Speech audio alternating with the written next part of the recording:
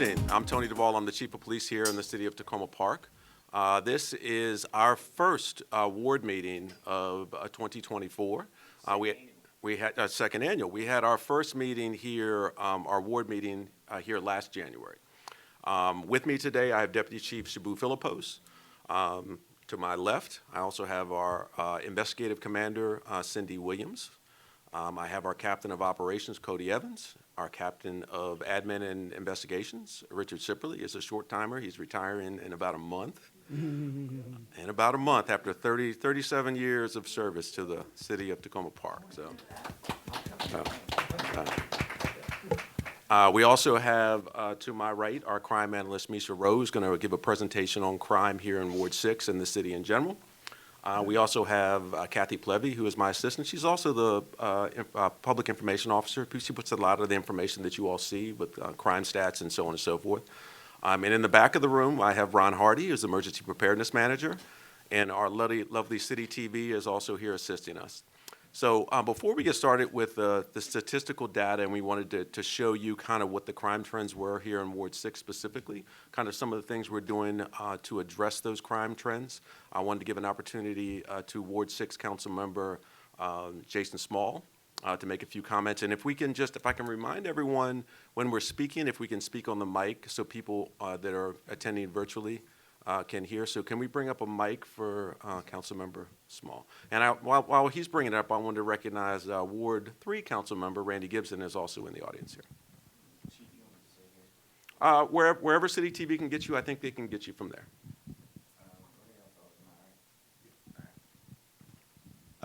Thank you, guys. And I just wanted to say at the beginning, again, welcome to the second annual crime and public safety meeting for Ward 6.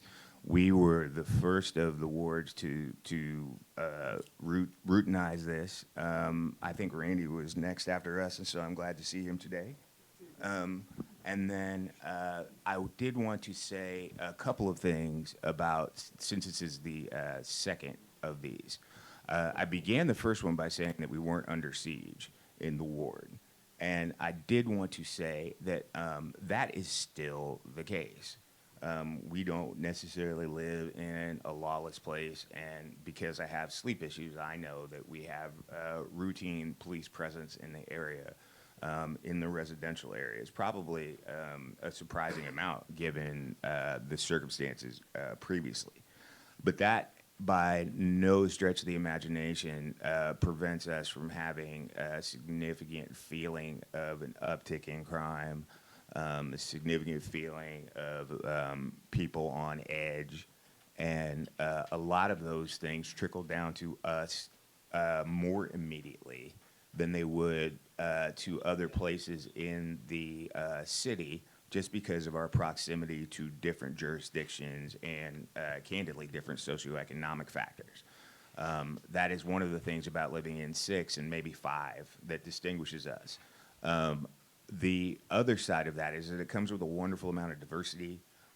It's always been a very welcoming and safe place to people of all kinds of ilks, isms, or phobias.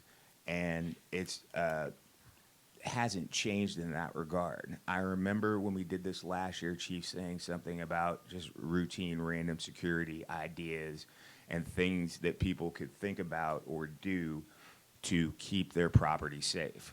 And at the time that that was happening, the thing that was going on in other places was shed burglaries, because it was popping off in 3 with regard to shed burglaries.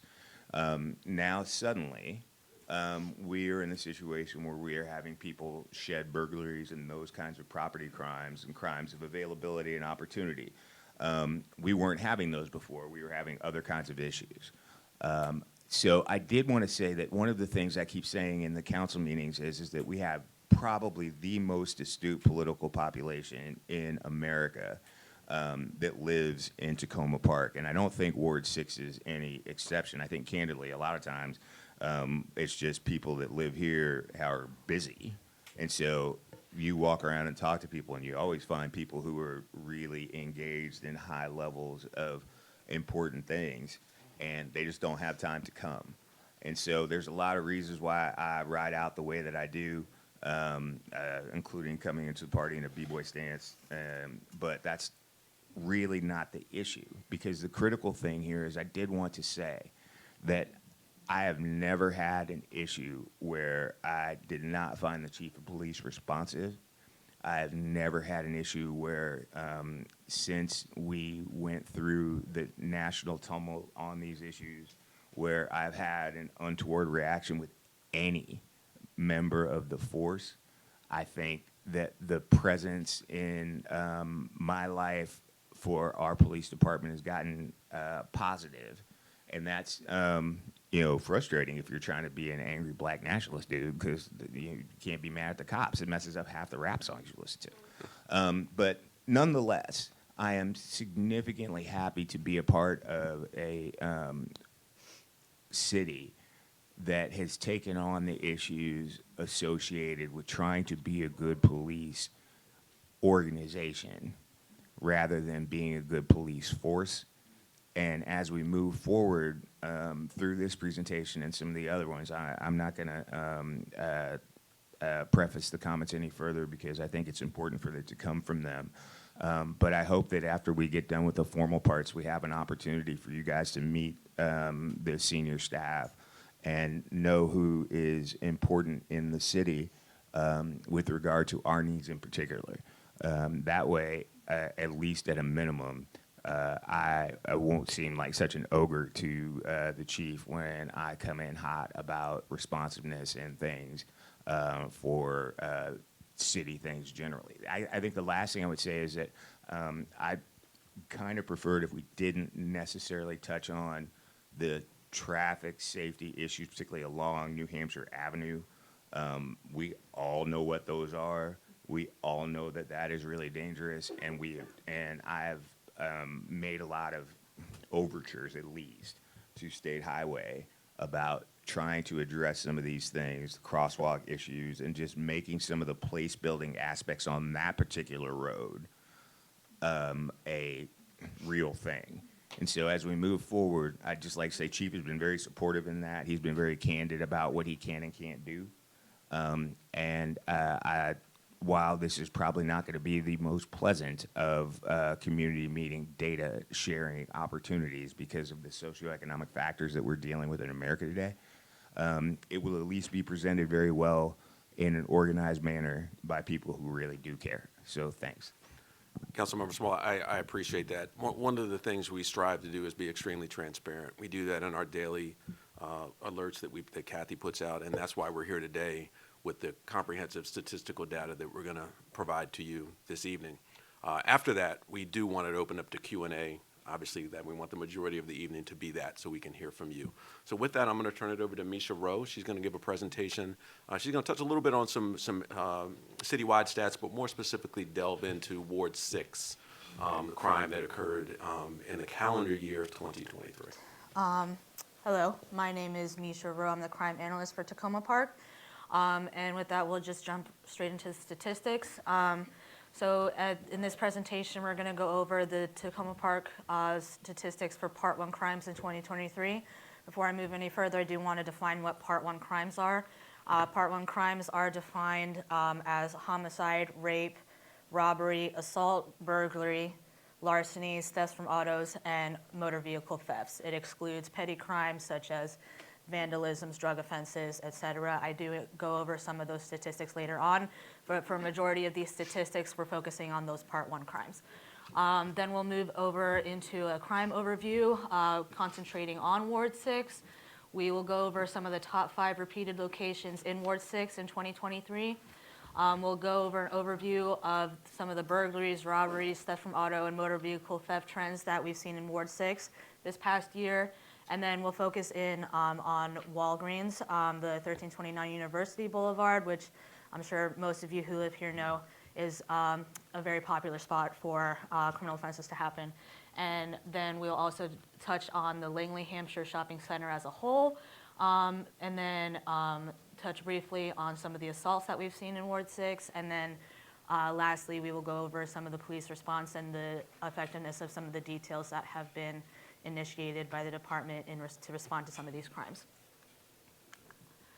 So first of all, this is a visual depicting the comparison from 2022 to 2023 of all Part 1 crimes in Takoma Park. So the blue dictates the number of crimes of each that we saw in 2022. Orange compares the 2023 numbers. As you can see, most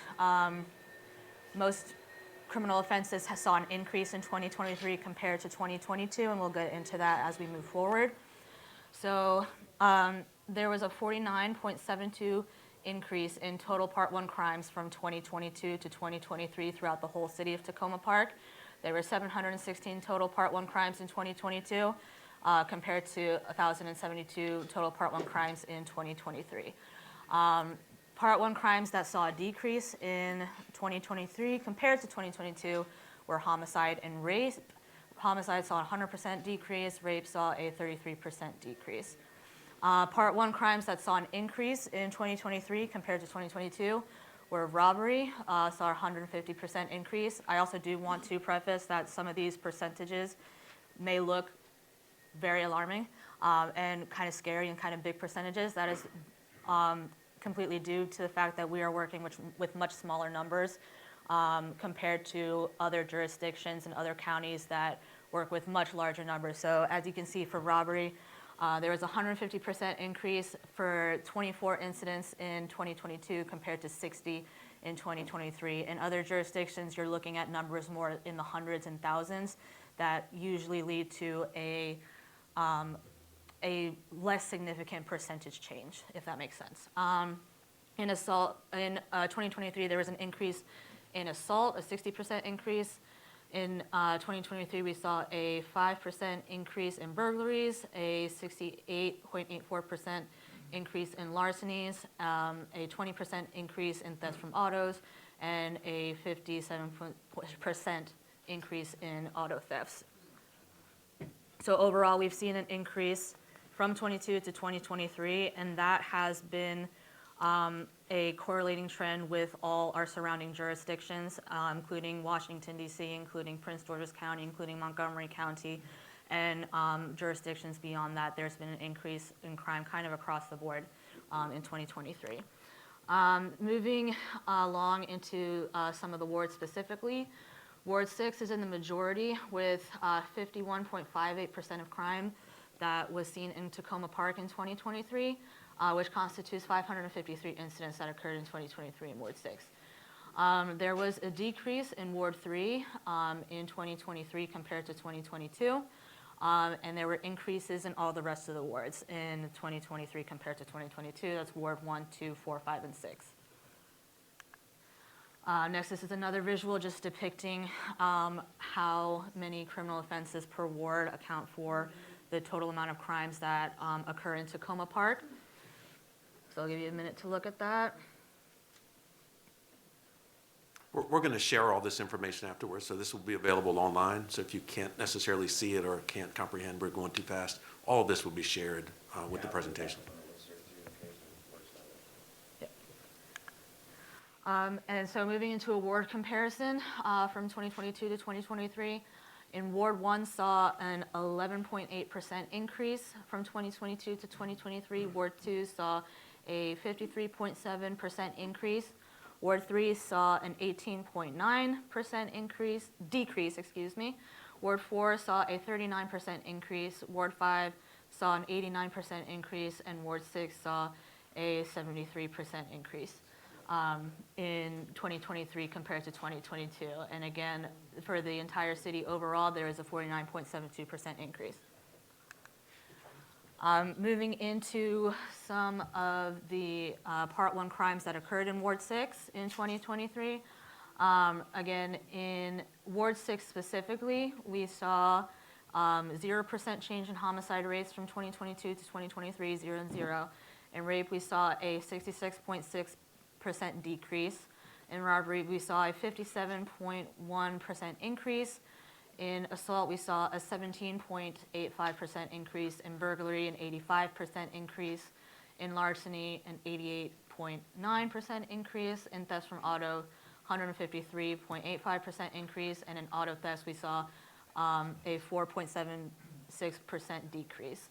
I think they're trying to get rid of Yes, that, ma'am. but it was overall an increase in Ward 6. If it's a question, can you hold it until the end? Can you just do a brief definition of robbery versus burglary versus larceny? Yeah, absolutely. So robbery, so let me start with larceny. Larceny is theft, pure and simple, anything that is stolen. There are multiple types of larcenies, but it's theft across the board. Burglary is theft with an element of a break-in, an element of trespass.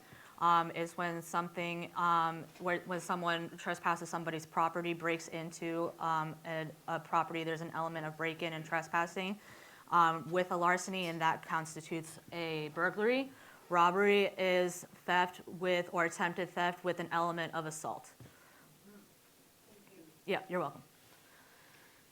So again, overall, there was a significant increase in Part 1 crimes across the board in Takoma Park and in Ward 6 from 2023 compared to 2022. And this is an overview of the Ward 6 crime statistics for the year of 2023. I'll give a few moments for you all to look at it, but again, this will be available afterwards for you to take a closer look, but I'll give you a few moments right now.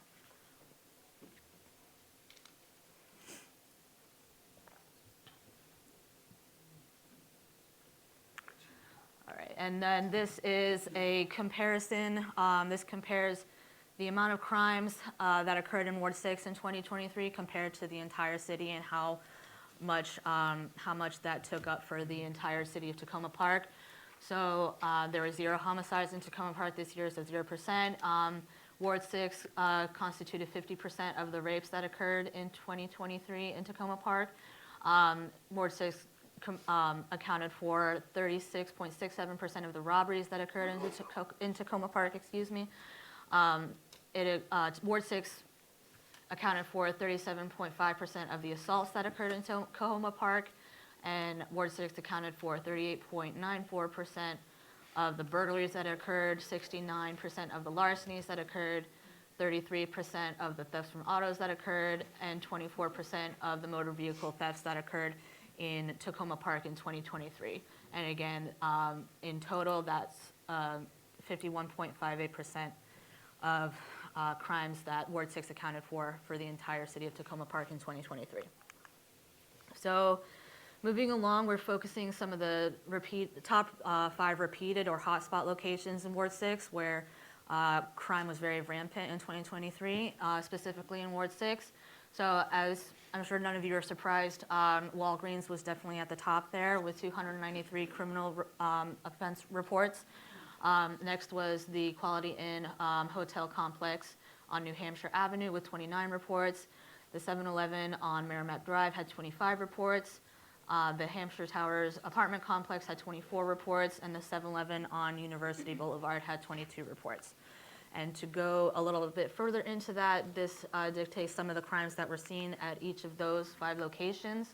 At Walgreens, we had 275 shopliftings, 3 assaults, 1 robbery, 4 disorderly conducts and DUIs, 1 incident of wire fraud.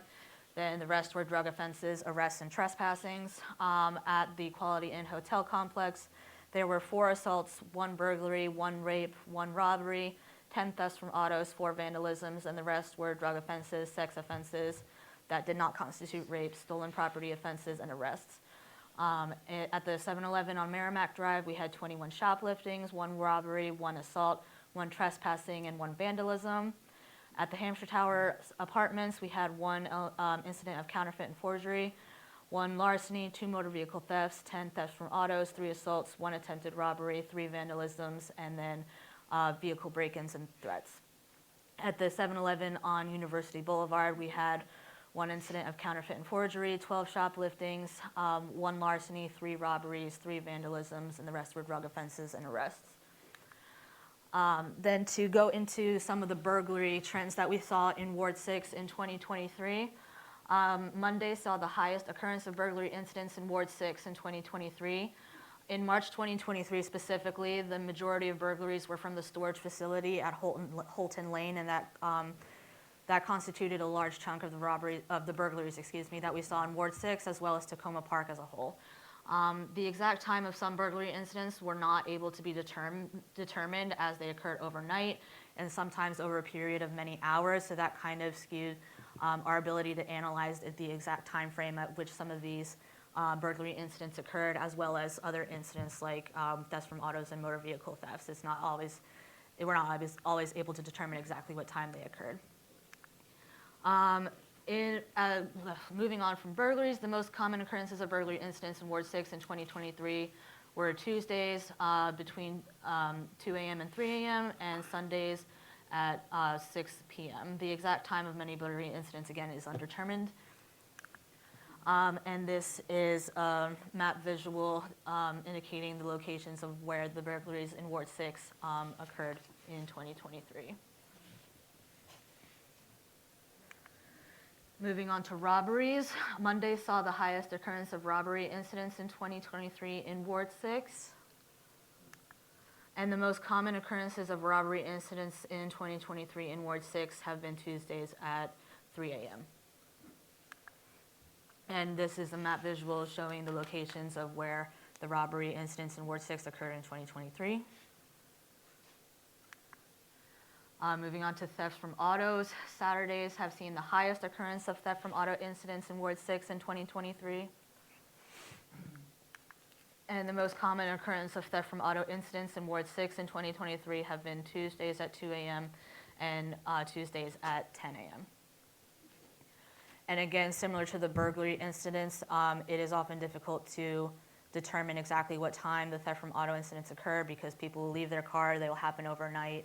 They'll come back to their car in the morning, it's been broken into or it's been stolen, et cetera. So it's difficult to determine that exact time unless, there are ring cameras or something, or security footage if it's next to a commercial building.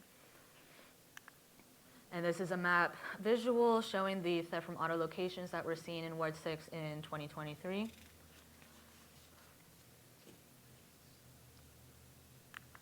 And then Thursdays have seen the highest occurrence of motor vehicle theft incidents in Ward 6 in 2023. And the most common occurrence of motor vehicle theft incidents in Ward 6 in 2023 was Thursdays at midnight. And this is a map visual showing the locations of the motor vehicle theft incidents that occurred in Ward 6 in 2023. And then focusing on Walgreens specifically, this visual shows how many incidents we saw at Walgreens throughout the year for each month. The total number of shoplifting and other incidents at Walgreens that occurred in 2023 was 293. The month of the highest number of criminal incidents was November 2023. Walgreens accounted for 78% of the larceny incidents in Ward 6 in 2023, and this location accounted for 54% of the larceny incidents in the whole city of Takoma Park for 2023. And there have been at least 78 arrests made in 2023 in relation to shoplifting and other criminal incidents that have occurred at Walgreens. And then to expand on that a little bit, in the Langley, Hampshire shopping complex as a whole, I did a statistical overview of that briefly. In the last 12 months, there have been 1,533 crime reports in the entire city of Takoma Park. Again, those are Part 1 offenses as well as all other criminal offenses. And there were 1,072 crime reports that were Part 1 crimes in the city of Takoma Park. In the last 12 months, there have been 550 crime reports from the Langley, Hampshire crossroads area, and 460 of these crime reports were Part 1 crimes. So the Langley, Hampshire business area is responsible for approximately 36% of the crime reports in the entire city of Takoma Park that have occurred over the past 12 months in 2023. And that accounts for approximately 43% of the Part 1 crimes that have occurred in the whole city of Takoma Park in 2023. And for your benefit, this just shows the area I'm talking about, the Langley, Hampshire shopping complex. It's the 7400 to 7600 block of New Hampshire Avenue, the 900 block to 1300 block of University Boulevard, and the 1300 block of Holton Lane, and this includes these retail establishments. And this is a crime overview of the crime incidents that we saw in the Langley, Hampshire complex in 2023. And then to compare that to the entire city of Takoma Park, for the Langley, Hampshire shopping complex, it accounted for 0% of the homicides, 100% of the rapes, 30% of the robberies, 26% of the assaults, 29% of the burglaries, 64% of the larcenies, 17% of the thefts from autos, and 8% of the motor vehicle thefts in 2023.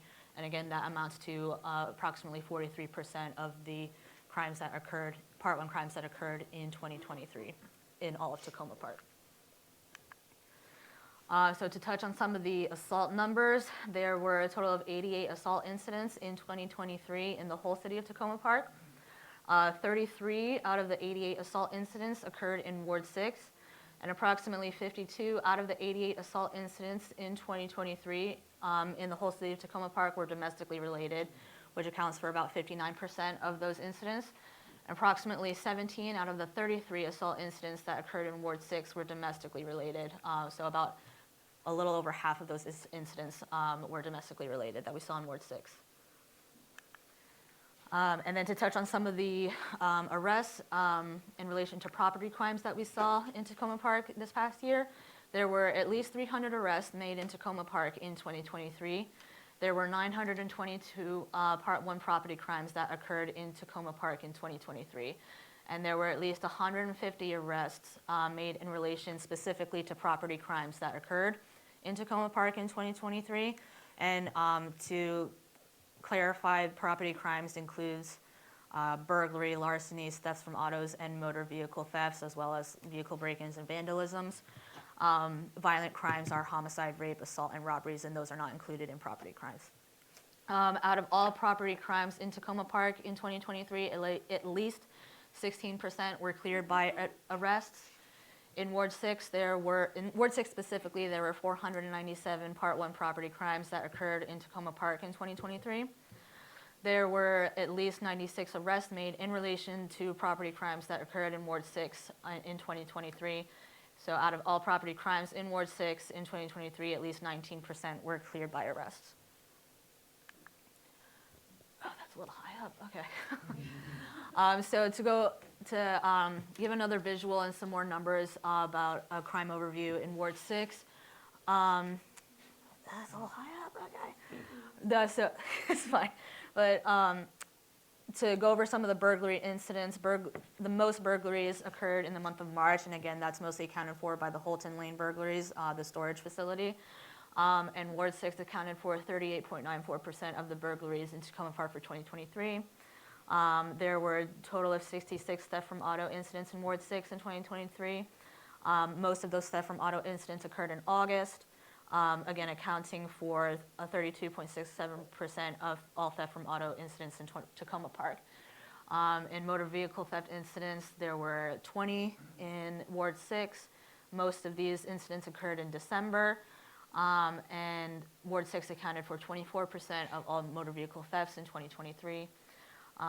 There were 374 larceny incidents in Ward 6, and the most larceny incidents occurred in the month of November, accounting for 69% of the larcenies in all of Takoma Park.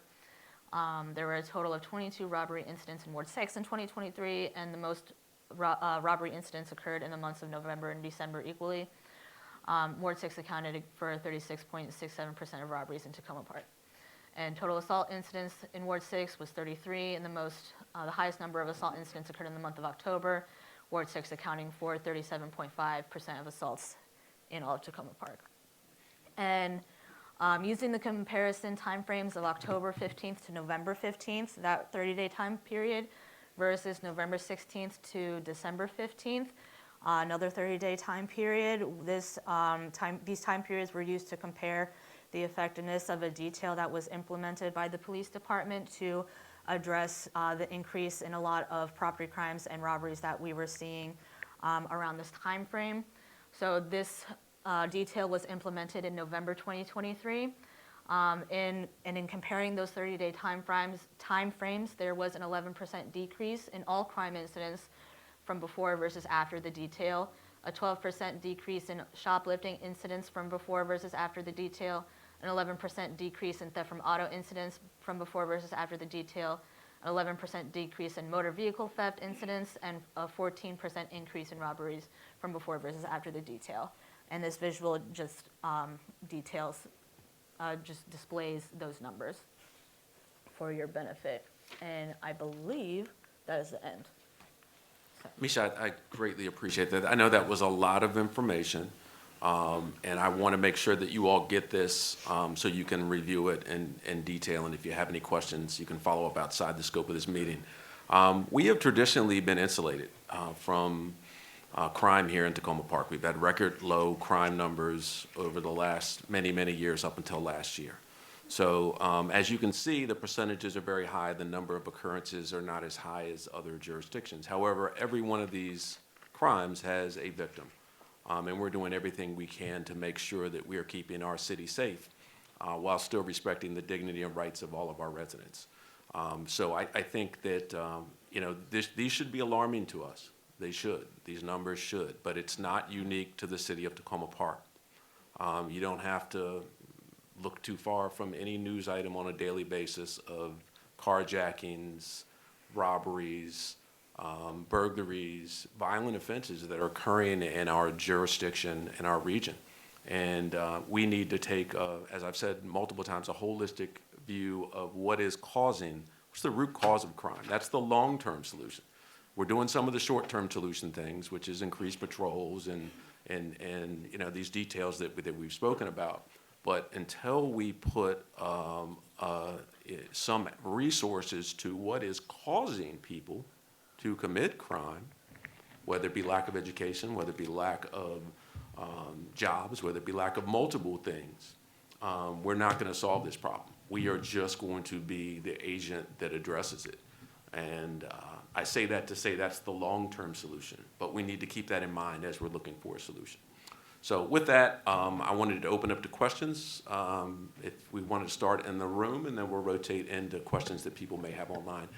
Let me get the mic to you. Ron has the mic in the back. If you could just take it, we'll start on this side of the room, and then we'll move to the back. And I have several staff that we may rotate. I may not answer all the questions. I have people that know more than me in the room, so I may defer to them. Thanks. I'm Susan Fleck. I live in a family of 10 of us, and we've had some things from cars stolen and many people who have had their sheds broken into on our street on Cole Avenue. And I have just a few short questions. I don't know what cleared by arrest means. I wanted kind of to know if cleared by arrest means those folks go back on the street. I also would like to know what is the nature of the people you're arresting. Are they youth? Are they gangs? Is there a larger criminal operation? And then it would really be useful to know how can we provide evidence for conviction. We have a Ring camera. We've provided that information. My nephew said that he talked to someone who said he was very skeptical that from the response with the police he spoke with, I don't know who he spoke with, but it seemed that they weren't pursuing his having had $3,000 worth of his equipment stolen, and our other neighbor having their equipment stolen. And I want to support us to have public safety and to know what it is we need to do in order to provide whatever evidence you need. There was multiple different questions in that, so I will address a few of them, and I'll defer a couple to my investigative staff. I think the first question was, what does closed by arrest mean? That does mean that the suspect involved in the case was arrested. There are multiple layers outside the scope of the Takoma Park Police Department that determines whether or not a person is going to be detained, whether or not they're going to be prosecuted, et cetera. A lot of that has to deal with juveniles, which we can go into, and I'll have one of my investigative commanders go into some of the challenges that we have in prosecuting and interviewing, et cetera, juveniles with some of the new state laws that have been implemented. I'm familiar with the case you talked about, and I think there was a lot of misinformation in that. We aggressively pursue all theft cases. We have detectives that aggressively interview or aggressively investigate cases that other jurisdictions do not. So I can assure you that if there's an incident in Takoma Park, we're aggressively addressing it. I think your other questions were about what can you do, and I'll turn it over to either Captain Sipperly or Lieutenant Williams, who are investigative commanders, if they just want to talk a little bit about some crime prevention stuff. And if there was another question in there, sorry if I missed it, we can answer that as well. Okay, well, thank you. I'm Captain Sipperly. So with property crime, it's a crime of opportunity, and it's probably one of the most difficult crimes to catch somebody and arrest. It's a crime of opportunity. Most of the time, they just walk down the streets, they're pulling on door handles, looking for the easy target. Occasionally, they may bust a window out and steal some property, but it's much more frequent that they're pulling door handles and so forth like that. A lot of things that we do is just ask you that you keep your doors locked. Don't keep valuables in it. Anytime that you have property that has serial numbers, we ask you to photograph that item, record the serial number, and keep a file on it, because that really helps the investigators to search regional data upon shops around the region to see if we're able to locate your property.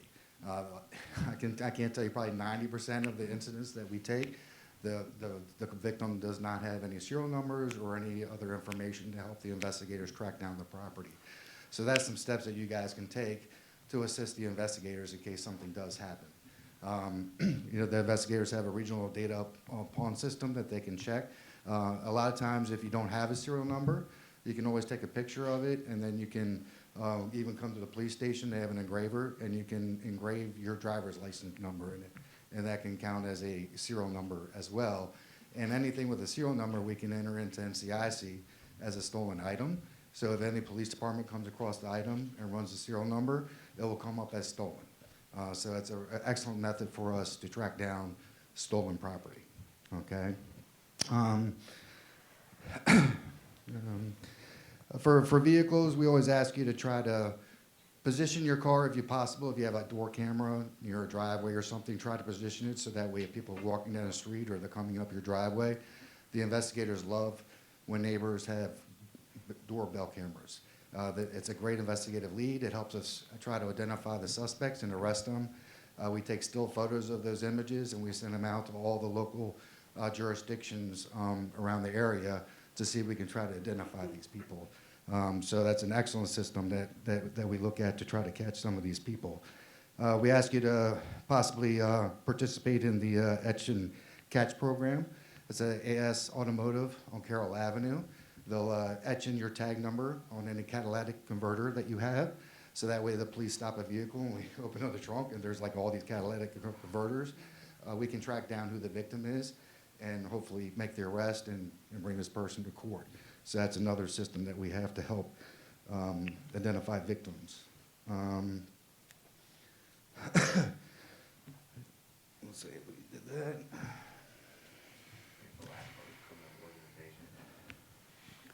I think she asked about what the people we are arresting, where are they from and where are they, Well, the people that we're arresting are kind of a variety. A lot of them are youth, and then some are a little bit older, but the majority they're young teenagers or late teens. And the problems that we run into is that if they're 13 or under 13 years old, we can't really arrest them. We have no authority to. And if they're under 18, we can't interview them without notifying their parent as well as their attorney. And their attorney's not going to let them talk to us. So it really kind of hinders the police in interviewing these young kids, identifying suspects and other possible suspects or co-defendants associated with this. So this really causes a big issue for law enforcement in trying to solve property crime as well as major crimes. So, I would say, though, about that. yes. I would say, though, about that last issue that we did have the District 20 team in for the annual meeting with them, and Will Smith did indicate, since he was one of the sponsors of that legislation, that they have acknowledged that there are some issues with it, and they're expecting amendments to it this upcoming session. So that is something. Yeah, just to elaborate on that, we are working very closely with our D20 delegation to identify the issues within the particular changes to the law that we see ground level. I know it was designed to protect juveniles from interviews and so on and so forth, but what it's led to is just it's almost impossible to hold juveniles accountable, and that's why you're seeing a large influx of juveniles committing crime, because there's just no accountability. I don't know if those of you are familiar with recent bomb threats that were made to several Montgomery County public schools. One of the individuals was 12, and when the Montgomery County Police interviewed him, he said, I knew they couldn't do anything to me. What are you gonna do to me? You can't do anything to me. I don't care. I did it. What are you gonna do? So, nothing. It's under 13. Oh, well, there's I'm talking about criminal ramifications. Obviously, if it was a Montgomery County public school student, there are ramifications, suspensions, and so on that the Montgomery County public school system can do. However, from a criminal charging aspect, there's nothing we can do. So we're going to move on. Captain, we'll take the next question. If we can pass the mic to the next.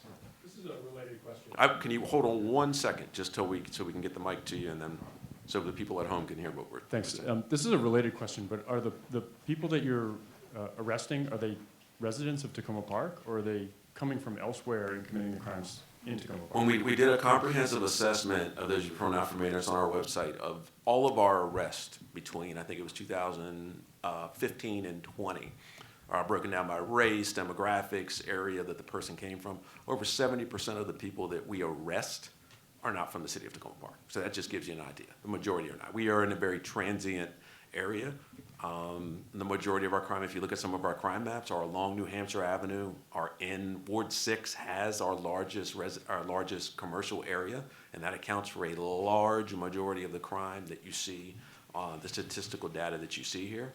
But the majority of people are not Takoma Park residents, and we get that a lot of times when we're trying to do programs for the youth here in Takoma Park and trying to develop crime prevention tools for our residents. We need to do our part because our residents are committing crimes outside of Takoma Park, so it needs to be a collective effort to address all of the root causes, plus addressing the real-time crime. Do you have any other questions? We can just pass the mic to the gentleman beside you. The mic's over here, right? So my name's Steven. I live around the corner in Erskine. The question I had was sort of similar, but regarding the Walgreens location in particular. From a sort of scientific standpoint or like research standpoint, you would think that like a location that's clearly a crime hotspot. I mean, it's all one type of crime, or not all, but mostly.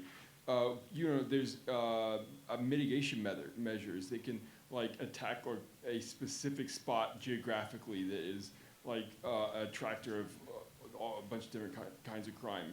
Is that something? I mean, it's not something you thought about, obviously, but like, what do you know, or what possibilities are there to deal with that one single location? I think if you follow one of the slides that we presented, there were, I think, 88 arrests made related to the Walgreens. So we have paid special attention to the Walgreens, from special details, having plainclothes officers on site, from putting vehicles that are not occupied out in front to create appearances of officers being there. We also have done multiple details. We've had our roll calls there. So we're aware that that is a problem site. If you follow the news, a lot of these retail stores are having to close and or not even have stuff on their shelves. We're fortunate that we've worked directly with Walgreens as well, because a lot of times some of the issues we're prosecuting some of the people that we arrested. Walgreens worked directly with us on this particular site to be able to, those people that we're arresting, hold them accountable for the offenses that they committed. You may not be aware also, Walgreens has a camera trailer there that's also useful. So we can't be at Walgreens 100% of the time, but we have created an environment where it is not an open door for theft. We've done the best we can. We continue to work with Walgreens staff and we'll continue to make sure that that is an area that we pay special attention to. If you look at comparable Walgreens CVS's in this area, those numbers of thefts are minuscule compared to what some of them are. You're good now. Okay. Loud and clear. Yeah, I was saying that I have a chance to take a look into this report online and with the other police officer as well. And when I see the report and the presentation, I see that you guys presented more the situation or the case that you have that you solved the problem. And then I was asking, don't you think that it would be more effective for us to evaluate the work if you can add onto this presentation the number of a case that you have solved, so that we can compare to what is happening. It's in the presentation. So We also. somewhere I did see that you came up with for some arrests. Why she was asking what the arrest mean. So but here, per case, I was asking per case if you can have the number of a case that you have solved, instead of, so that we can better compare what is happening. Yeah, for this purposes, what we're doing is presenting data. On our annual report, we present a much more comprehensive overview of our crime stats, but if that's something we absolutely can provide, case closure and so on and so forth. So when we do our annual report has investigative cases closed, and it has by detail and by number and by percentage. So we'd be more than happy to share that. Okay, it would be great if you can have the number of problems that you have solved from all these crimes that you have listed here. And my second concern is, so what is the real collaboration between our police force with other police force? Because me, I have chance or bad chance to experience death from car in my property, and then we were able to locate where people use our credit card and stuff like that. And then when we go to them, they say, okay, they have camera in their store. And when we went there, they said, oh, only the police can look into the camera, they cannot do anything. And then we come to you guys say, hey, they use the car in a Highsville, you cannot go there. We went back to the store and reached out to the Highsville police office. Highsville police office say, hey, you guys from Takoma Park, you have your own police, we cannot do anything. And then everybody keeps telling us back for a while until finally nothing is done. It's only the report. I think I'm familiar with the case you were talking about, and I'd be more than happy to, again, have you follow up with some of my staff to ascertain what happened. It's the particular case that you emailed about a couple months ago? No, that one is different. So this, I think this is about 8 months or 6 months ago, something like that. Ambrose, for the sake of time, absolutely. I'll get your information. I believe I already have it, and we'll have someone from my staff follow up about your specific case. I think the question in general you asked is how do we cooperate with our allied jurisdictions? Yeah. And I can tell you we have a very, very good working relationship with our allied agencies. Captain Sipperly talked earlier about how our investigators communicate on a daily basis. Our crime analyst communicates daily with information that occurs within our city. And we also disseminate information that occurs in other jurisdictions. I don't know, Misha, if you want to talk about kind of what, from a crime analyst perspective, what we do, but we have a very good working relationship, not only with the commanders, but also the officers that work on a daily basis. Yeah. This thing on, yeah. So if it's the case, why both of you guys were turning me around until finally I don't have anything done? As I said, you're talking about one particular case. Yes. We'd be more than happy to follow up on that particular case. I don't know the 100% of the specifics, and I don't know what occurred in that. I know there was a case that you had earlier this year that I emailed you. I'd be more than happy to connect you with someone to ascertain what happened in your particular case. Yep. I can't comment without knowing. I can just speak generally. Normally that is not a problem. We are very, very good about sharing information. We're very good about sharing video, and so on and so forth. And this row can kind of speak about how we share information, not only on a daily basis, but also continuously. Okay, thank you.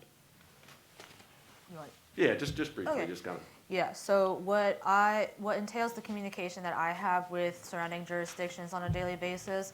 So every time a criminal offense occurs, if there is any type of evidence that can be used to send out to surrounding jurisdictions that can be viewed by other officers, by other jurisdictions, I make what's called a bulletin or a BOLO, that stands for Be on the Lookout.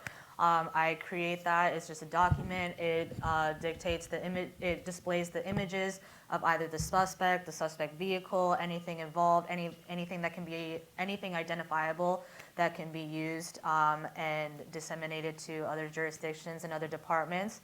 And I create those BOLOs. I send them out to people in Prince George's County and people in Montgomery County, people in DC. I also send them out to regional sharing groups.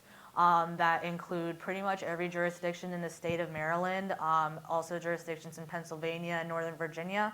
And so every time a specific criminal offense that has any identifiable footage or evidence that can be, kind of plastered on a bulletin, I am able to send those out to multiple states, multiple jurisdictions, multiple departments, and that goes out to every personnel in those departments, so everyone is aware.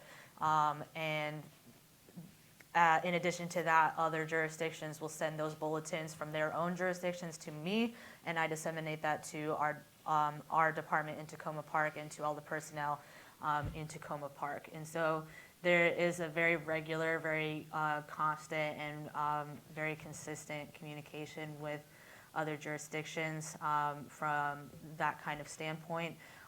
Additionally, in specific cases where there's an investigative element and there are cross-jurisdictional lines, it's, we make it a priority to be able to have a consistent and dependable contact in every jurisdiction that we can work with, that we can contact and get information that is pertaining to the case that we're working on. And that's something that I keep track of. I keep contacts of personnel in other jurisdictions that I can reach out to that are dependable and can get me the information that I need pertaining to specific investigations. And when property is recovered, sometimes when departments don't know how to identify the victims of the property that's recovered, bulletins regarding that property will be sent out so that all the jurisdictions can take a look and see if any of this property might belong to any of the thefts that have occurred in their own jurisdiction. Right, we're gonna go to one more in the room, and Cathy, do we have any online? So we're gonna go do one more in the room, and then we'll do some online, so go ahead. Hi, thanks for being here. Colleen Bazzi on the Hillwood Manor side. Couple questions. We kind of already touched base on the security cameras, and what we can do as community members is obviously send them to you. It would be nice if we would have a little bit of knowing if they were solved, and I know that there's some percentages here or there, but we would like to know a little more of that if possible.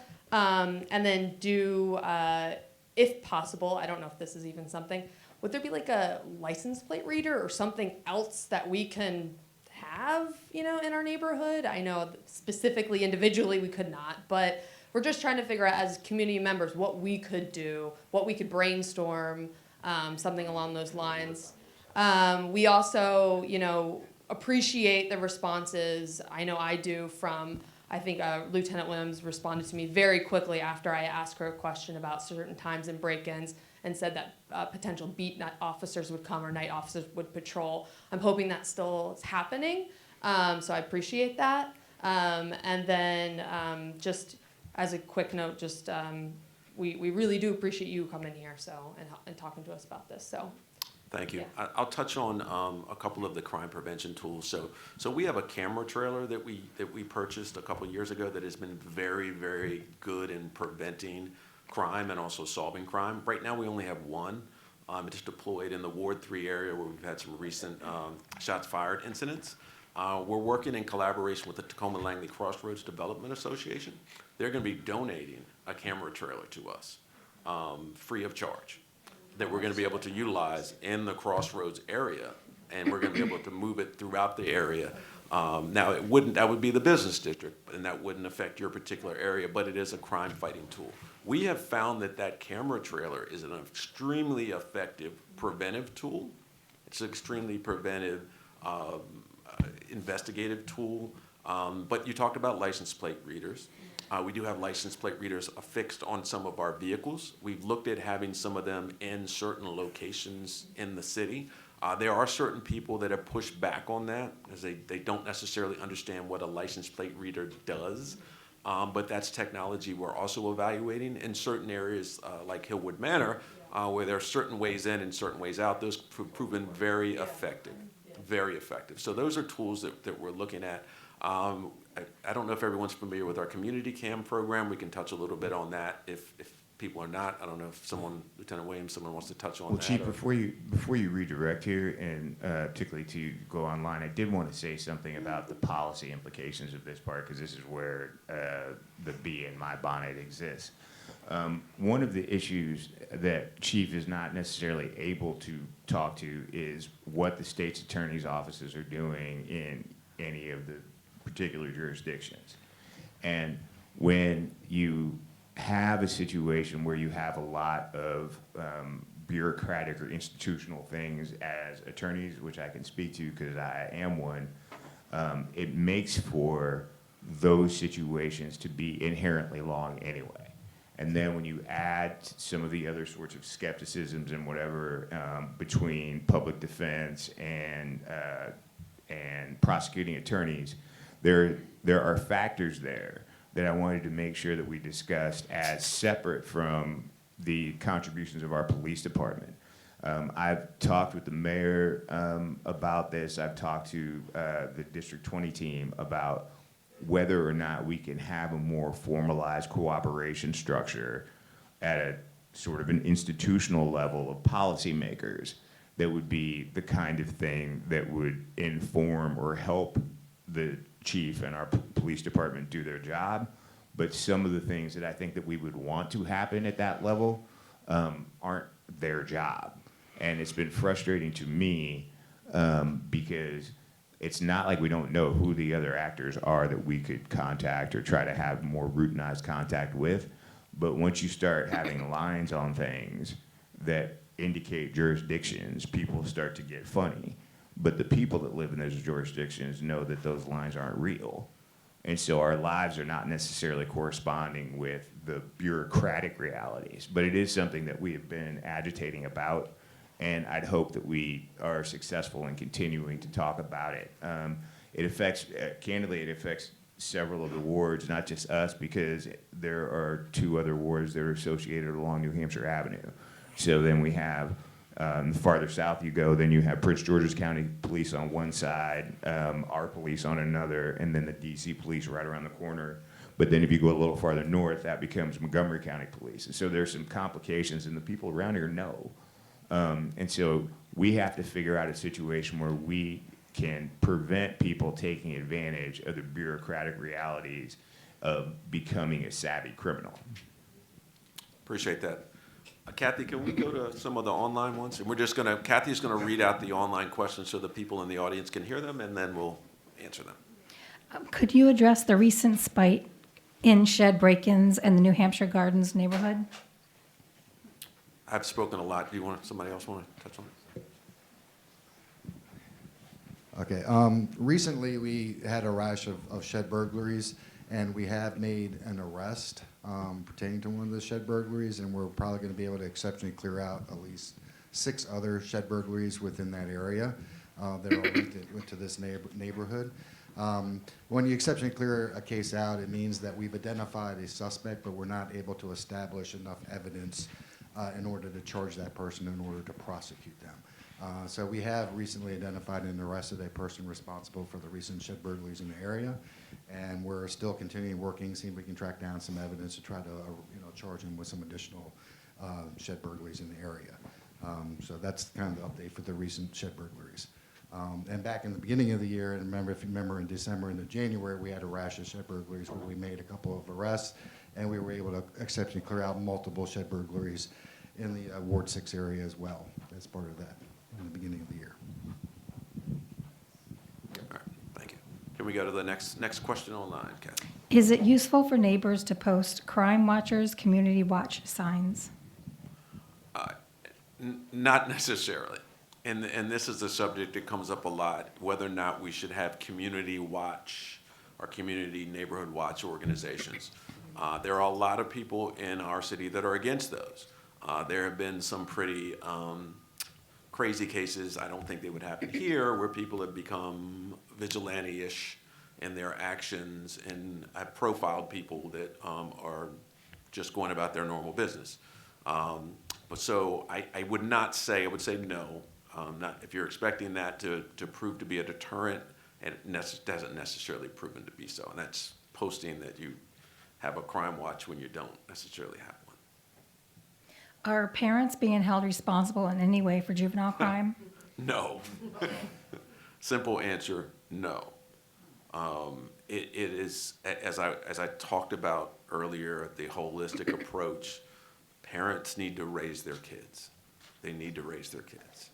And a lot of these kids are just not being held accountable at home. And, you know, they're not being provided the resources they need to be successful young people. And when they're not, what are they going to do?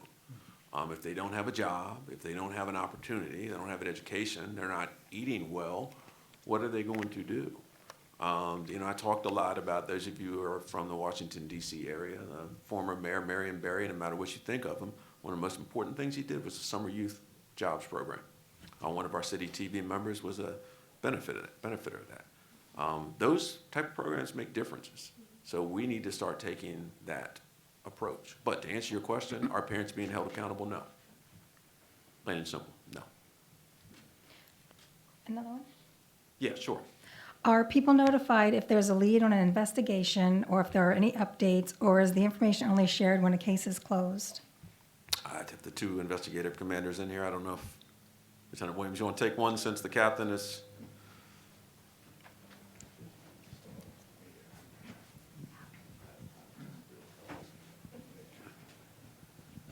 Can you repeat the question about the follow-up, right?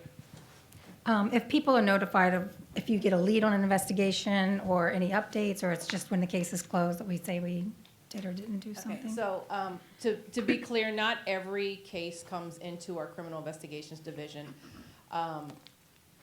We have certain cases that we handle. However, patrol officers are held accountable for following up with their own cases, and they're assigned back to them. Even if there is no lead, we still reach out to the victim and say, hey, we've done this, we had a picture, we put it out, no one's identified the person, and you know, most likely be closed or suspended at this point. If your case is within criminal investigations, yeah, there's a constant contact with the victim, you know, be it if evidence comes up, if court comes up, and things like that. So yes, we're very in tune with our residents and victims. You want to touch on our victim witness coordinator as well? We also- Yes, so we do have a victim witness coordinator who is bilingual in Spanish. Her focus is mostly domestic violence victims. However, she does have other expertise in helping victims of other crimes, but domestic violence is her main forte. But yes, so she reaches out and she helps us with investigations. She does a lot of translations. She also does community stuff that, you know, when we see a rise in crime, and just like when we talk about like logging your serial numbers, people give us a list of thousands and thousands of dollars of stuff being stolen from their car, and that's their livelihood. But if that's your business, it's like you should, you know, keep a record of your business. And this stuff it shows up all over the place, but it doesn't take but a few minutes to just keep a little notebook pad of all your serial numbers. But that's just one of the tips. Can I touch on something else about yesterday's event? Or? You have the mic. Go Okay. ahead. So just to give you an idea of the challenges that we face, yesterday we did have an arrest. Juvenile broke into someone's house. I'm not sure if it was Ward 6 or it was.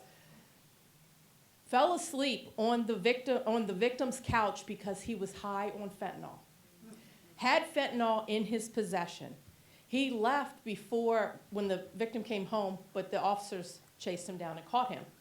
This same juvenile, in the morning, was involved in an accident, T-bone at Glenside and Erskine in New Hampshire. That victim was trying to follow that suspect, who was the juvenile, which we linked later after we arrested him.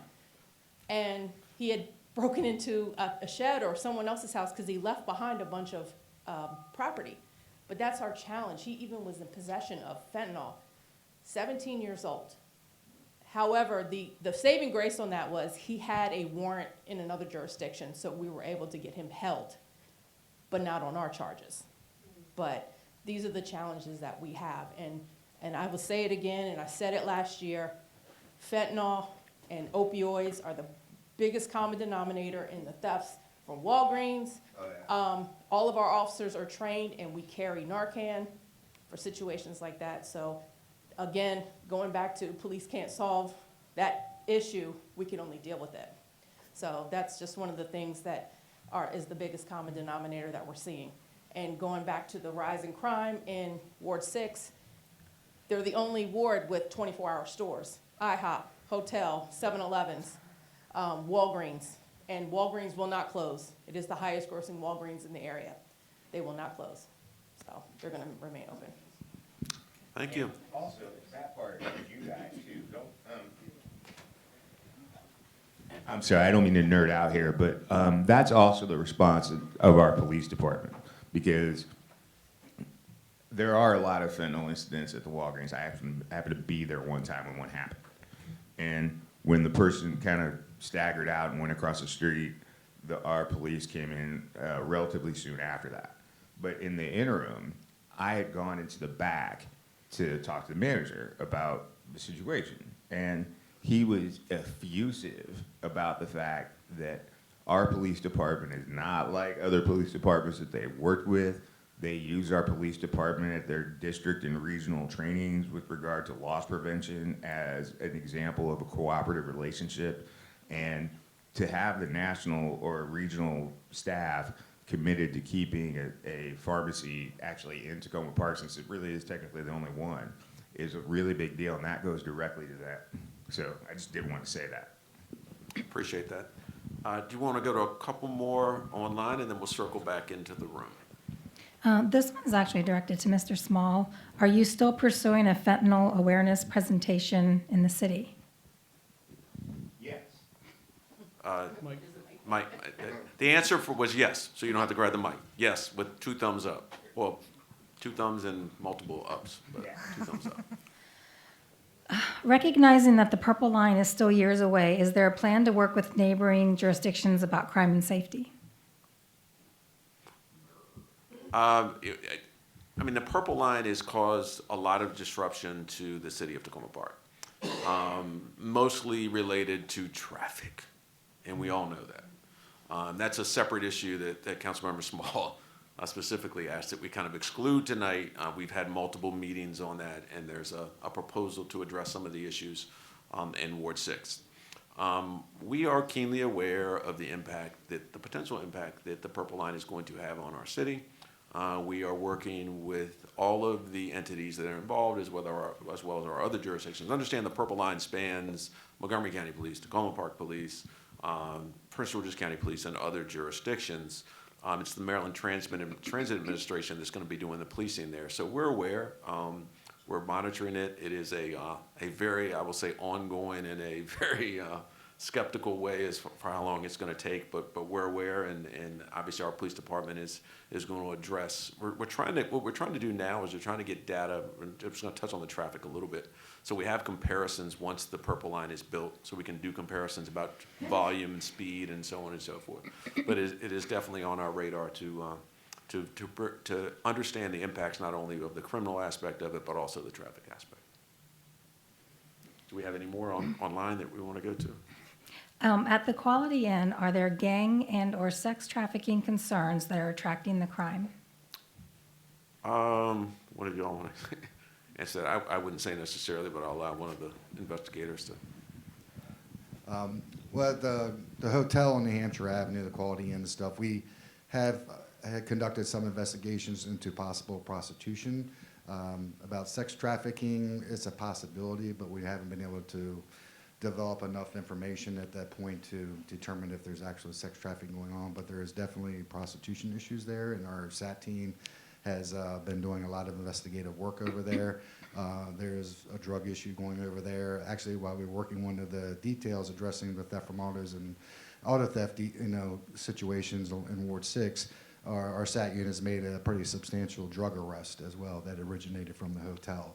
So we know that it's a high crime target area, and our SAT units as well as our patrol officers spend a lot of time over there trying to show high visibility as well as some covert work over there. But we do have some prostitution issues over there. And for those of you who aren't aware, our SAT team is our special assignment team. They're a plainclothes unit that does mainly surveillance and plainclothes operations. For youth that are caught, are they being directed to rehab or recovery programs? I think we've touched on they're not being held accountable, so I would say no. The vast majority of the youth that we arrest are not being steered towards programs that would assist them in rehabilitation and/or how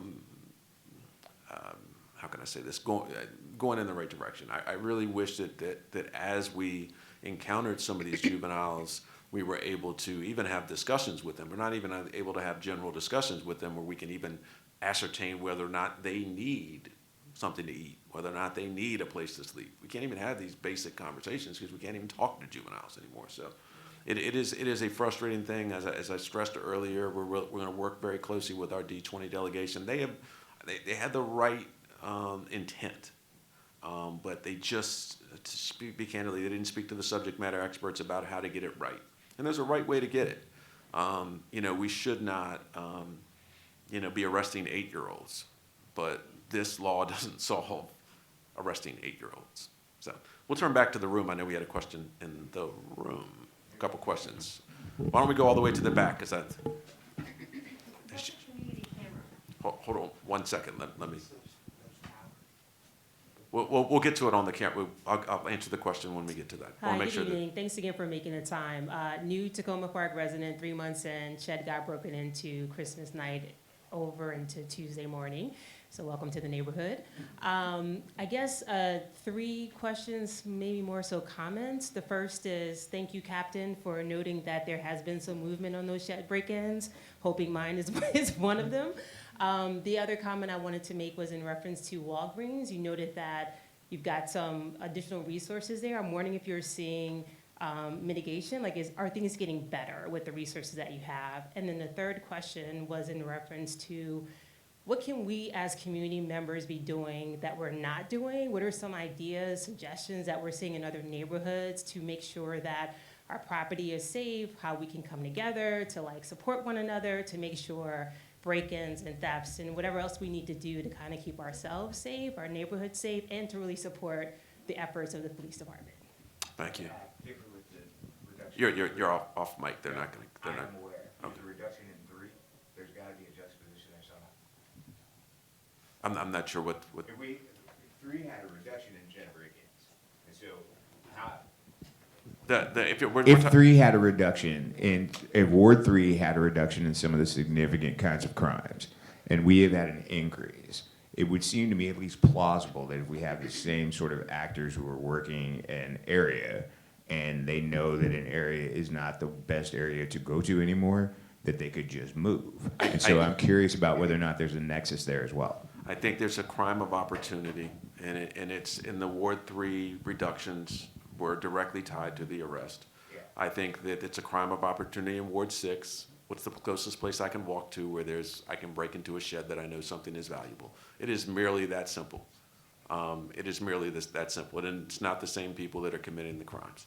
So to answer I think trying to recall what your questions were, you asked first about the shed burglaries, and we can actually connect you with our investigators to ascertain whether or not your house was one of the ones that's being looked at from the suspect that we have, because I think that would be helpful for you. I think the second question was about Walgreens specifically and about whether or not our details have had an impact. They absolutely had an impact, and we will continue to do so. We want, and as the council member stressed, we want to be able to have a pharmacy here in the city of Takoma Park. We want to be able to have those services so we don't have to go outside the city. There are several areas that you cannot go to a pharmacy and get basic necessities because of the rampant crime. We have a lot of incidents there, yes, but it is one of the highest grossing Walgreens, I think, in the region. And I think the third question was, what can you do? And we touched on a lot of the things that you can do in a preventive fashion. And I'll touch on that once we're done. And I think that a lot of what you can do is what you're doing right now tonight, aside from what we talked about, is being aware of what's going on. Another thing you can do is, if you're not, sign up for our alerts. It really gives you situational awareness of what is going on. As a police department, we are one of the most proactive in providing information, daily information about what occurs in the city. You're not going to see that in a lot of jurisdictions. You are not. We also, at the request of Councilmember Gibson, now put out a weekly crime summary by ward. So you can, if you missed our daily updates, you can now get our weekly updates. And it just gives you an idea of the crime trend. So if I live in Ward 6 and I'm thinking, oh man, there's been 3 shed burglaries, I'm more inclined to now take those crime prevention tips to lock my shed, as opposed to, well, I'm just going to put my lawnmower in my shed and not lock it. So I think that there's other things you can do as well. It's knowing your neighbors. You're new to Takoma Park. I don't know if you've gone and introduced yourself to your neighbors. I'm sure you have. But those are the type of things. A lot of times we find, I grew up in the city of Takoma Park, just that disclaimer, and I'm proud that I grew up here. It's a great city. It's a very inclusive city, and I think that that's our strength, is our diversity and our inclusiveness. So I think that if we can continue to be neighborly to each other, some of the incidents we have are not as neighborly as we would like. There's also a lot of information sometimes that's on listservs. It's not factual. You reach out to me, reach out to Cathy, reach out to any of my staff. We will give you the factual information. But I think that it's, like I say, I think it's just a collaboration of understanding the importance of community and the importance of coming today, doing the crime prevention tips, and so on and so forth. And I think during all that, for the people that are home, that may not have been on mic, there was a question about what is a community camera. So what it is it's basically a camera pole that can be moved to various sites. What it does is it allows for recordings of incidents. So if we have a shots fired call, we can go back and we can look at those incidents. We also can look at that community cam in real time. Someone can pull it up on their phone and look at that camera. So if we have a significant incident, like we have something that happens, we can pull that up and see in real time what's happening. We also can deploy it to significant events. So if we need to do surveillance, say at a protest or something to that effect, we can utilize it that way. It is a fantastic crime prevention tool. It's very, very visible. You're less inclined to come and commit a crime if you see that. It also allows us to have that tool to actually investigate and solve crimes. For example, we had a rash of shots fired incidents, mainly coming from the District of Columbia into Maryland, right on Eastern Avenue, around 4th Avenue. We placed that camera trailer there and had none. None. People are not going to fire off their weapons if they know they're going to be caught on camera. And I know there were a lot of, did I miss anything that was off mic? Because I just want to make sure that our people at home are aware of everything that was asked. Okay. Anybody else in the room have anything before we go to Fred Schultz? Welcome. Yeah. Excuse me. Gotta get myself up first. I was wondering if you might be able to talk a little bit about the SAT, the SAT team, in other words, the plainclothes people, because I know a little bit about them, but I can't talk about it intelligently. But I just think it would help residents to appreciate the versatility of our police department and how it works, how well it works. Because I know a lot of good work that these people do, but of course, because they're plainclothes people, they have to more or less stay anonymous. I appreciate that, Fred. For those of you who do not know, we are a full-service law enforcement agency. We are one of the few municipalities in the state of Maryland that's full service, meaning we handle everything. We investigate our own homicides. We investigate everything. One of the units we have is a special assignment team. They're a plainclothes team. They do everything from surveillance on high-profile areas, and I'll circle back to why we do all these statistics about what happens where, what time of day, when, so we can deploy resources to the areas where crime is occurring. And we do that on a regular basis. It's not just happenstance that Misha runs all these numbers. We run it for a purpose so we can deploy resources. And a lot of what our special assignment team does is responsive to those crime areas. They'll do surveillance when we've had burglaries. They'll do surveillance for crime, for theft from autos. They have made significant arrest, plain view arrest, on-scene arrest from this surveillance. I cannot tell you how many times they have made really, really significant arrests. A lot of that is shared in our weekly reports. A lot of that is shared in our daily reports and shared in our annual report. They are a very, very valuable tool. And they do not get a lot of time enough credit because you won't even know that they are police officers. They are supposed to blend in. One of them may be sitting here and you wouldn't even know it. Look around you. There's not one in here, but you want to look around. You might find one. There's not one in. So yeah, that's if that's just kind of a summation of what our SAT team is. Do we have any more online, Kathy, that we want to? We do. Okay, we'll go to those. Is there data that helps you understand the root causes behind the increase in crime? And if there's not, what is your hypothesis based on your professional experience, expertise? Is there data that as I said earlier, a lot of this is related to societal issues that are not police issues. A lot of the increase in crime is related to, as Lieutenant Williams said, fentanyl and drugs and the increase and the availability of that. But it also is related to the change in juvenile laws. I think that we as a region and we as a society, not just a region, and I can't say this enough, until we start getting to the root cause, we're seeing the effects of what we did 10 years ago, 20 years ago. We gotta start creating opportunities for our youth and other people to do things that are positive, not negative. So to answer the question specifically, is there any like root cause or something that we could say? No, there's not. It's a multitude of things. And I think we've touched on a lot of those. We have one in the room. We'll go to one in the room and then we'll circle back. I think we. Yeah, thanks for taking the second question. So the question is about the Montgomery County drone program. Is that something that has been discussed at all in the department or at the council as a first responder and or police tool? We are a 2.3 square mile radius city. We don't know necessarily, we don't think that a drone program would necessarily work here in the city. That does not mean that if we needed a drone or needed to utilize that, we could not use our partnering agency, Montgomery County Police. They are using it primarily as a kind of an assistance to response to calls as opposed to as kind of surveillance thing. But we are not considering a drone program currently in the city of Takoma Park. Thank you.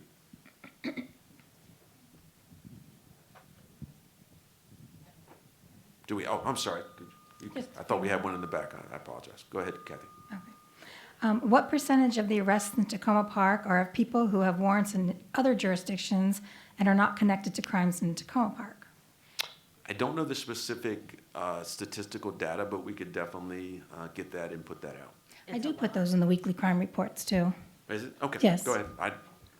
No, I just usually put if officers come in contact with a subject who has an outstanding warrant through like Prince George's County or Montgomery County, I usually put that in the weekly reports. I think, were they asking specifically for statistics? Percentages, yeah. Yeah, Misha, do you? I don't know the exact percentage off the top of my head, but it is a lot. So looking down like the list of the 300 plus arrests that I keep track of throughout the entire year, warrants pop up a lot from other jurisdictions. I would say at least like, if I had to guesstimate a bit, it would probably be like at least 30%. So. If we can get those exact numbers, if someone, I think we have a question in the room. If we could get the mic up. We having mic problems again?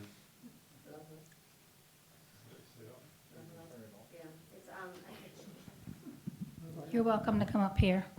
Oh, there you go. Oh, there it is. I just had to stand up. Okay. If on my block I would want to deter crimes of, convenience, opportunity, would you recommend that I ask all my neighbors to get Ring cameras? I personally have a Ring camera. Or Any camera, I mean. I think, well, I'm not Necessarily. endorsing Ring. I Yeah, have I a Ring didn't wanna camera, do I'm that not either. endorsing it. But I think that absolutely, I think they are tremendous in assisting us in solving crimes. We have solved so many crimes just from our video camera surveillance stuff that people provide us. So, yeah, absolutely. And I mean, Montgomery County has a program where you can get a subsidy for that. We can provide more information on that if people would like that as well. But I would recommend it, absolutely. I at least know when my daughter's coming home from school and the delivery man just dropped off my package. So, Or who took your package? yeah, well, hopefully mine's still sitting on my porch when I get home. Do we have any more online? Oh, Just go a ahead. few. Go ahead. What percentage of rapes are perpetrated by strangers versus persons known to the victim? Well, we only had 2 this year. And I don't think, I think they were both known, but it's, yeah, it is not, you can't always disclose that information, but it's mostly known, yeah. And what items are usually stolen from autos? I can probably answer that too. Yeah. And all of us could, but somebody go ahead.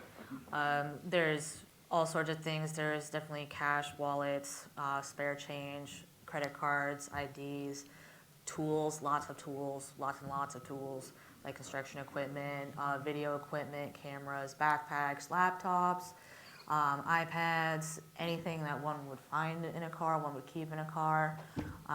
You know, even if they can't find anything valuable in your car, they'll take your registration if it's in your glove box, you know. So, Even spare change that's in yeah, the. spare change in the little, yeah. And I do want to stress one thing about just these theft from autos, and we stress it every time we come out, report it.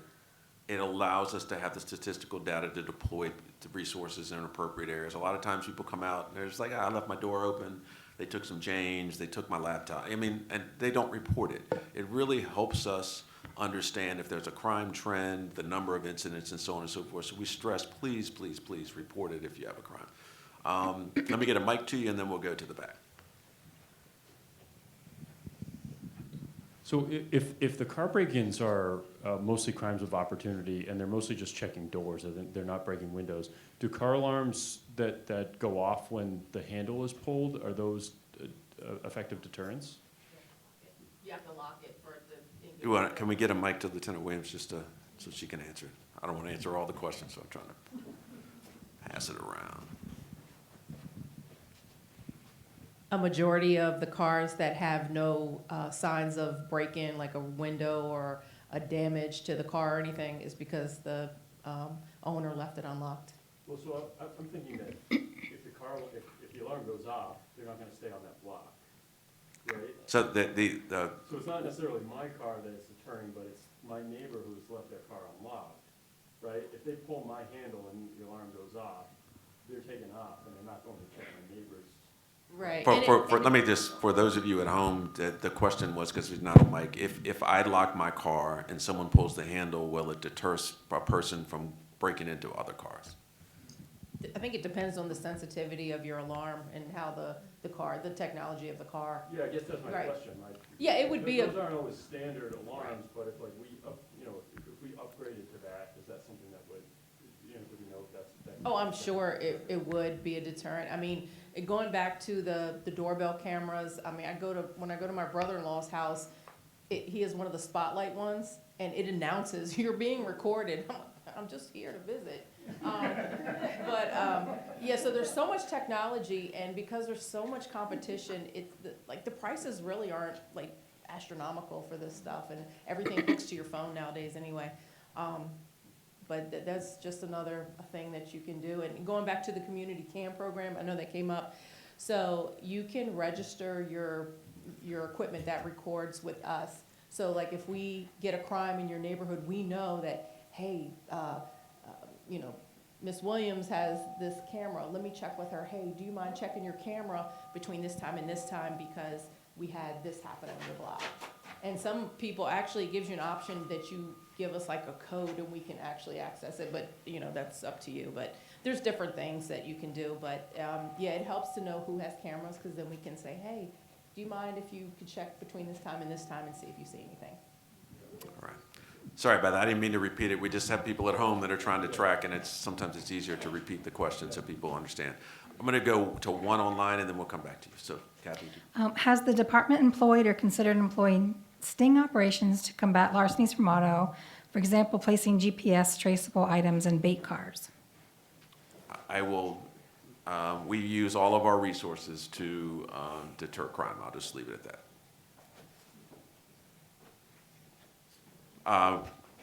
Can we just, we're going to do one question in the room. If if a friend or a family member did not put their serial number on something and it got stolen, could they go to local pawn shops to look for it? How would they, or are there other ways to see if they can find their goods, how they were fenced? Yeah, I mean, it's always beneficial to obviously have a serial number or a picture. But a lot of times our detectives will do that as well to see if was there this brand chainsaw sold at the pawn shop in close proximity to there. But absolutely, if a resident would like to go and say, well, that's my antique machete, I don't know if that's the best unique description. I don't know. Yeah, I mean, we obviously, we would never discourage anyone who wants to do some investigative means themselves to go out and, but if they do determine that, obviously they would want to contact us if they.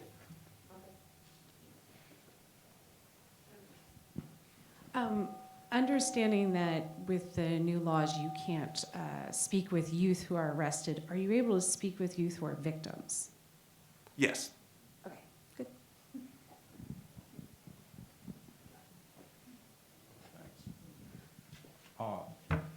I noticed that there's a lot of frequent reports of shots fired in various parts of the city. Are those always, in your opinion, actual shots as opposed to fireworks? But sometimes I think people might not know the difference. I mean, this time of year, a lot of those calls are associated with fireworks. However, I think most people know the distinction between fireworks and gunshots.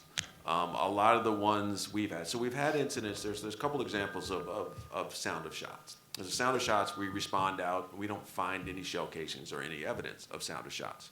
A lot of times that occurred with the shots fired down on the DC side, whether or not it occurred in DC or whether or not it occurred on our jurisdiction.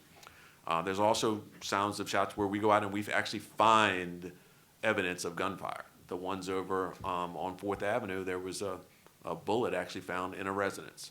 I don't know the actual percentage. I would say that a lot of times if we have multiple calls from multiple callers, it's probably gunshots. But this time of year, I can tell you my neighborhood, they were going off until like 3 a.m. And I live in Rockville, so I mean, I think that's situational, but in general, a lot of times they are related to people firing off weapons. Do you have any more in the room, or do we want to go to online? Are there any trends on the types of cars that are being stolen and location and times? Yes. So the types of cars being stolen, the most common types of cars being stolen are Hyundais and Kias, and followed by Toyotas and Hyundais, and then throw in some Fords and Chevys in there as well, but mostly Hyundais and Kias because there is this whole trend this past year going around of how people with absolutely no resources can just steal a Hyundai or Kia because of the way it's set up. So those have been targeted specifically this year, and we've definitely seen those trends in Takoma Park and the surrounding jurisdictions. And as far as when and where, we do have that information also, and that's updated on a monthly basis, and that's given to command and patrol so that they can distribute or disseminate those resources effectively. I do not have the when and where off the top of my head for the past month, but there are definitely hotspot locations and hotspot times a lot of the time. Motor vehicle thefts are again one of those types of crimes where it's usually pretty difficult to determine the exact time of when those vehicles were stolen because generally most of the time the victim will leave their car at night and come back in the morning and find it gone. And so a lot of them happen overnight, not all of them, but that tends to be a common occurrence where they happen overnight and we don't have an exact time. I just have one more. Are all the bullets and casings found sent to forensics to see if they come from a gun used in a crime? Can we give Captain Silver the mic? Yes, whenever we recover shell casings from the scene, we send it to Montgomery County Firearms Unit.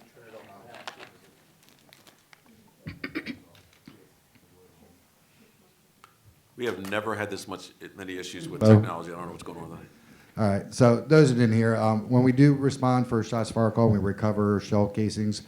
We submit those shell casings to Montgomery County Firearms Investigative Unit, where they do an analysis of the shell casings and enter it into a database system, which will then indicate whether this shell casing was used from another firearm or used in a crime, a murder, homicide, whatever the situation may be. So yes, we always submit those for testing and to see if we can link it to a crime. All right. Does anyone else have any questions in the room? Sure. Can we go back? So a bit different this time for a third, but I was curious about what intersections you're seeing in terms of suspects or crime solved, I guess, or investigations that have some nexus intersection with the Langley Park neighborhood that's right adjacent to us, Ward 6. Like how big of like the what, if anything, do you see in that in respect to that, and the prevalence of like the crimes that are occurring in the ward itself? I mean, I think there's definitely a nexus between crime that is occurring in the crossroads. I mean, criminals know no boundaries. So I think the same things that are happening in our section of Langley Park are happening in Prince George's County. As far as the number of perpetrators that are actually, I guess, reside in that particular area, we don't have that information readily available. But obviously, criminals that break into or that steal from Walgreens are going to steal from an establishment across University Boulevard. They're not going to say, "Well, I'm in Takoma Park. I'm only going to stay here. I'm only going to steal here." So it's an issue that we work very closely with Prince George's County Police, as we've talked about before, about how we share investigative information as well as how we just communicate on a regular basis, our regular patrol officers. Like I say, a lot of crimes have been solved by lookouts given by other jurisdictions to us, and we see that person matches the description, and we're able to detain them, and they may have a warrant, they may have various other offenses that they've committed. But I think that it's always a challenge when you have cross jurisdictions, and you got to understand that we in Takoma Park have Prince George's County, we have Montgomery County, and we also have the District of Columbia, all within our borders. And we also have other police jurisdictions. We have the Park Police, we have the Metro Transit Police. We're going to have the Maryland Transit Administration Police, who are going to police the complex for the Purple Line. So those are all challenges. I will say that I am very happy with the cooperation we receive from our partners, and I think that goes a long way to us addressing the crime issue here in the city of Takoma Park. What occurs, like we've had these recent ATM robberies. They've also had them in Prince George's County. So on the same day they had one in Prince George's County, we had one here. We were sharing information in real time, so we could, so our officers had that information as well as Is that why the Chase Bank ATM was removed from the shopping center where the Little is? I don't, that's, and I don't know that the ATM was necessarily removed because of there are a lot of reasons that banks are closing ATMs. I don't know that in particular would be the reason. I'm just disappointed because it's convenient. And that's the thing we're trying to avoid, and we laugh at that, but we're trying to avoid having to go 10 miles to go to a pharmacy or having to go to 10 miles to go to a grocery store. So I think the more we can secure and make our businesses accessible to our community, but also safe, is really important. And that's the perfect example is the Walgreens. We don't want the Walgreens to be like the Walgreens in other areas where you have to wait 30 minutes to get toothpaste. I mean, or 30 minutes to get laundry detergent because it's locked up. So I think, like I say, our goal is to provide public safety, but provide it in a way that's also respectful to our community and also understands our impact on what we do on our community in general. A couple things. These are all not related. So going back to the regional sharing, one of our officers actually identified a person for Metro Transit on a crime because he recognized him. The other thing, going back to, I think the question was about where the arrestees are from. Most of them are unhoused or have no fixed address that are committing the shopliftings because, again, it's usually the drug issue. And then also there was another one, and going back to technology, and I'm not going to promote a product, but I won't say the name, but the AirTags, they're very inexpensive, and we actually had a victim of a crime that their car was broken into. He had one in his tool bag. He said, hey, it's pinging around right in the area. They stopped the car. The guy said, yeah, I just bought it from a guy for $10. So he was able to get his stuff back, but just that small little technology on something that was important to him helped us solve a crime. And just we're looking at, DC has provided some surveillance equipment to people to put on their cars for stolen vehicles. We're looking at the possibility of maybe being able to do that here in the city of Takoma Park and provide that to our residents. Similar to our response when we did for the theft from autos for specific vehicles, we gave that the locks and so on and so forth. So it's, when your vehicle's stolen, one of the things you want to do is get it back. And it's inconvenient enough to have it stolen, but to not find it for 3 weeks is also even more so inconvenient. So the more we can do to recover these vehicles intact is important. Do we have any more questions online? Do we have any more questions in the room? I just want to say this. I really appreciate you all coming out on a Thursday, a very, very cold Thursday night. Those of you who are joining online, I appreciate that as well. We are very, very open and receptive to questions, suggestions, etc. I do want to give one plug, and I will allow Cathy to do it, for our community academy. If you're interested in learning more about the police department, Cathy. Well, the applications are going to go out on Monday, the 8th. So please sign up. We talk about all the different areas of the police department. We go on lots of really cool field trips. And it's a great opportunity to learn what each division of our police department does. And it's taught by civilians and police staff alike. So it's a good program. For those of you who don't know, it's a 12-week program, once a week. And we've had a lot of our council members go through, a lot of our residents have gone through, the mayor has gone through, and found it just very beneficial to understand kind of the ins and outs of our police department. Does anyone else have any questions in the room? All right, I really appreciate you all joining us. If you have any questions, feel free to follow up via email or give me a call. And we also will be sharing this recording as well as the PowerPoint on our website. So thank you. Have a great evening.